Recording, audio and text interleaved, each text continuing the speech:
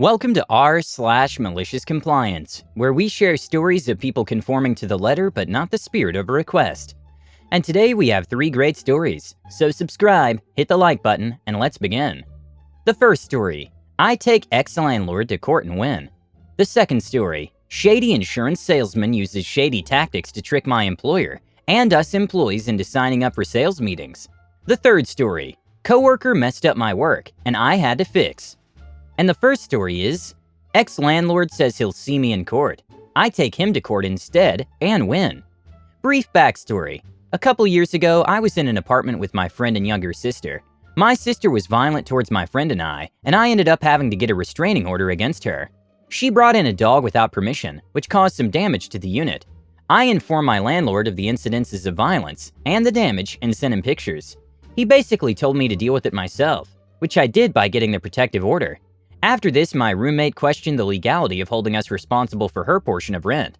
I told her it was, but she asked our landlord for a copy of the lease to show her uncle anyway, which admittedly was pretty stupid.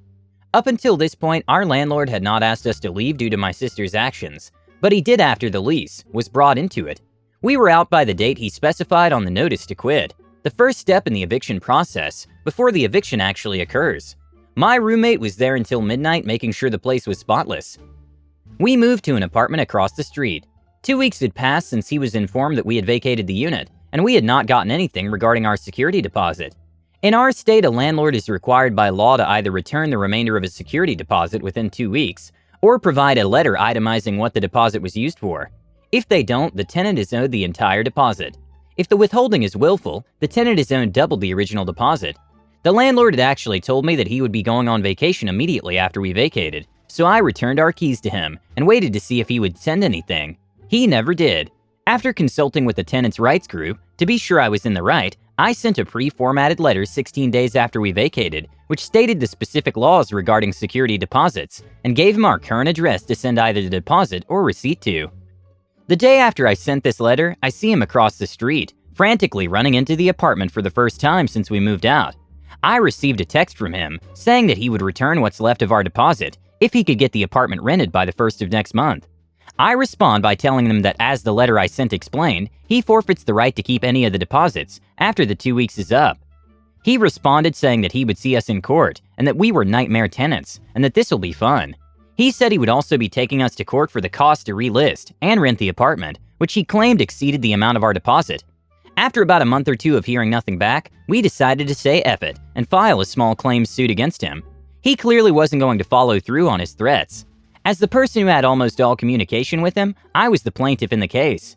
He brought a letter that was dated for the day he texted me, where he arbitrarily wrote in what he used the deposit on and claimed he sent us the letter. That obviously didn't add up, which I thoroughly explained to the judge, as he had texted me that day, saying that we would get some of the deposit returned, and that he had no proof that he actually sent that letter. He clearly just wrote it and printed it out for the court hearing. During the court hearing, he also said a lot of false and victim-blaming SH, such as implying that I participated in the violence that occurred, saying we caused damages that were definitely there when we moved in, and just attacking my character in general. The judge ruled that the withholding of the security deposit was willful and awarded us double the deposit. But of course that wasn't the end of it, and a few days before his deadline to pay us the money, he sends me a text just letting me know that the decision has been appealed. I didn't answer and showed up to court again, and lo and behold, it's more mudslinging and arguing about things that we already established in the first hearing. The judge upheld the original decision, and he eventually mailed me the check for double the deposit. In the memo line on the check where you can write the reason for the payment, he wrote, for gaining 20 pounds. But hey, I cashed that check and spent my half on a new gaming laptop, so I'd say I got the last laugh. I desperately wanted to text him and ask if it was as fun as he thought it would be, but resisted the urge. Apparently I didn't make this clear enough, but yes, violence occurred towards me as well. I could do without the victim blaming, and the dog that she brought in without permission chewed a tiny chunk off the windowsill. In court, the falsified deposit receipt letter was mostly comprised of cleaning fees and damages that were there when we moved in. Doing well now, ended up getting an apartment in a different town with my fiance, happy not to have to deal with roommates anymore. The second story is, so you're legally obligated to spam me? Alrighty then, let's play pretend. So I was minding my own business at work when I received a message from our HR lady, small company, basically stating they now offer a pension scheme, working together with some insurance, and if I'd prefer to meet up with the sales guy from the insurance on appointment 1 or appointment 2. Naturally, I ask her to ask them to just send me documentation or whatever, and then I'll get in touch with the insurance guy in case I'm interested and or have any questions. So she does, and after the usual blah blah from him about his offer being so special and complicated that I have to listen to his explanations, I finally receive another mail with an attached form. However, if someone approaches me with an offer, I want it in writing. Answering that demand with the demand to sign something first gets you right to the top of my don't do business with list. I've spent enough time inside a big insurance that my experience tells me the devil's always in the 20-something pages of fine print. So send me everything in writing or get lost. And this is where a seemingly normal nuisance takes a turn into the bizarro land of business practices, because instead of sending me BS high-gloss marketing A-wipes, I get a form that I supposedly have to sign before receiving more information regarding the pension scheme, complete with some official-sounding legalese, basically stating, according to paragraph whatever, we're legally obligated to inform you about our pension scheme, plus some questions fishing for more info about my financial situation, and 3 answer options to pick from. 2 basically saying, shut up and take my money, and the 3rd one being a disclaimer, basically saying I got all required information regarding the pension scheme and won't sue anyone if I change my mind somewhere down the road. Usually I'd ignore brain farts like these guys. However, my employer seems to think he really is obligated to have this guy deliver his marketing spiel to me, or else. Spoiler, of course my employer isn't. The very paragraph this laughable paraplegic F of a form cites to justify its own existence simply states that if a company offers some form of pension scheme, it needs to inform all employees of the existence. Nowhere does it say I have to spend an hour of my free time with a self-conscious suit that makes some brain-dead corpse move its lips, just so my employer has his A covered. This is simply a scheme to scare my employer into forking over my contact info and scare me into complying so I don't peeve off my employer. But hey, he says he's legally obligated, so let's play pretend. So first of all, I take the form and modify it. Just little things, you know. Changing I've been informed about the details to I've been informed about the theoretical possibility, but have not received any details so far. And of course, the waiver. Instead of saying that I've been informed and aren't interested, it now says, I tried to get information, but was told to sign this form first. I send the form back to my employer. About an hour later, I get the reply. HR lady isn't happy and asks me to please sign the original form without modifying it. In turn, I inform her that I won't sign this form, as long as it doesn't reflect reality, and reality is I haven't received any information, except what's stated in the modified form. HR lady now finally has had enough of this BS. Good, welcome to the club, and decides to archive the modified form. Insurance guy suddenly decides to go dark and doesn't react to my final demand for more information in writing. Mind you, even though he and my employer are legally obligated to do so according to him. It's obvious I have no choice. Being the upstanding citizen that I am, I print out everything and write a concerned letter to the insurance company he's working for, asking how we're supposed to follow the law, if that requires me to first sign off on that we followed the law. Via snail mail. Still has the biggest impact in my experience, way better than calling or emailing. 1 week later, I get an official apology and a coupon for $20 worth of gas. 8 days later, my employer informs me that the insurance guy called them and everything is okay. He doesn't need any signed form from me. He also sends them some high-gloss marketing A-wipes if I want to see them. For a second, I ponder to say yes, just to nag him with stupid questions for another year or so when he least expects it. The last story is, correcting my every move? Oops, this is on you. Back in the early 90s, I worked in graphic design. I took a job with a small agency, now defunct, and was supposed to be the creative director. Soon after joining, I learned that I was fed a line of BS, and that actually I was considered an entry-level designer. This after having my portfolio reviewed with videos of commercials, tapes of radio stuff, entire campaigns written and concepted by me, etc. But nope, you're entry-level now. Well, I needed the job desperately, and was told, your first 3 months are probation. After that, you'll get larger duties. Well, okay, we'll see how this goes. I had rent and a car payment, so not a lot of choices and nobody was hiring.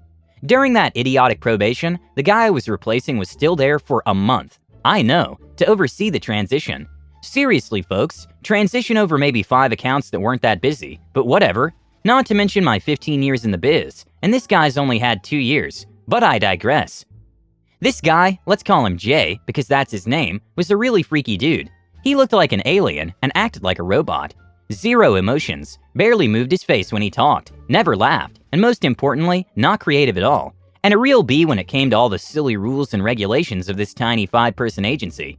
Basically a real pain in the A, but I did my best to do what he wanted, knowing he'd be thankfully gone soon. Within the first month, I was given an assignment of designing a pocket folder with inserts. Very standard stuff. Instead of the standard vertically tabbed inserts, however, the client wanted them to be stepped, meaning that each insert gets shorter and shorter as it gets to the front of the pocket for a stepped look. A hassle, but nothing that difficult. For a couple of days, I'm getting the measurements right, making sure this rough is totally perfect, because Jay picked out all my colors, fonts, etc., and getting them approved by my incredibly hands-on agency owner. An entire novel could be written about this, but that's for another sub. So now that the rough idea has been approved by the client, the next week I'm creating the actual files for the job to be printed from. I got all the portions correct, it's just waiting for the final text from the client, and I'll be all done. Please note that this is an ad agency, and every minute of our time is recorded on time cards as to what we're doing and what client it's for. We're not allowed to even fudge on this card no matter what, even if it's us correcting our own errors or whatever. And per Jay, we're supposed to supply details on each portion, down to even putting down the minutes for our filling out the time card. Yes, idiotic, but there you have it. I come in the next morning and there's Jay. He's sitting at my computer, and on the screen is my folder job. So I casually sit down in the adjacent chair and say, "Hey Jay, what's up?" Jay doesn't turn to me or look at me. He just states with a robotic yet irritated voice, "I've spent the last 2 hours going over this folder job and correcting your incredibly stupid errors. The sizing of these inserts is all over the place, and this is incredibly sloppy work. I don't know why this place even hired you." So I'm barely able to contain my laughter, but state, "Oh, Jay, that's interesting. Wait for a beat. Did you read the job folder description? Because those inserts are supposed to be stepped down in size for each one. It took me about 2 hours to get that just right.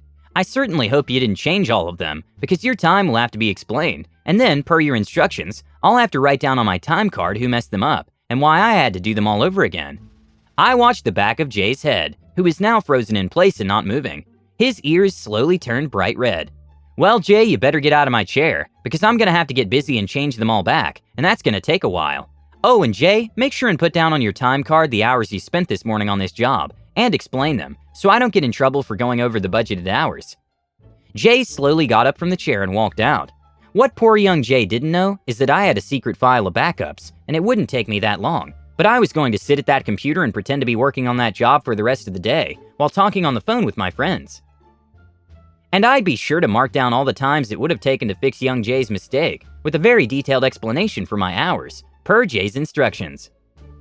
I left that horribly run agency within a few months to start my own design business. It was the last time I ever worked for someone else. I retired last year after 25 years owning my own business, but I'll always remember Jay and laugh. Thanks for the laughs, Jay.